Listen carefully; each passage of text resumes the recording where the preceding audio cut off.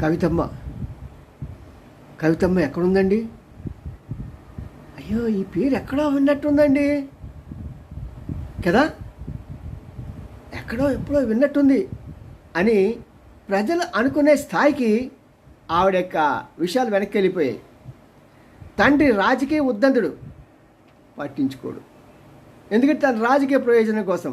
ఇప్పుడు పట్టించుకుంటే అతనికి చాలా సమస్య వస్తుంది. ఆ ఎంపీ ఎలక్షన్స్లో పోటీ చేసేటప్పుడు అది దుష్ప్రభావం చూపించి సీట్లు తగ్గిపోతాయేమో. సీట్లు తగ్గిపోవటం అంటే సీట్లు వస్తాయి కదా బాబు, ముందు కూతురు కోసం కాపాడుకోవాలి. కానీ ఎలాగ నీకు సీట్లు రావు, అది చెడే రెంటికి చెడ్డ రేవడైపోతావు. మరి పాపం ఆ పిల్ల ఎంత కష్టపడుతున్నదో, ఎంత వేదన పడుతున్నదో ఎవరు తెలుసు.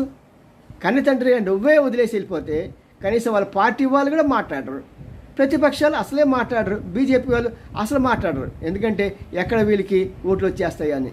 పాపం కవితమ్మ.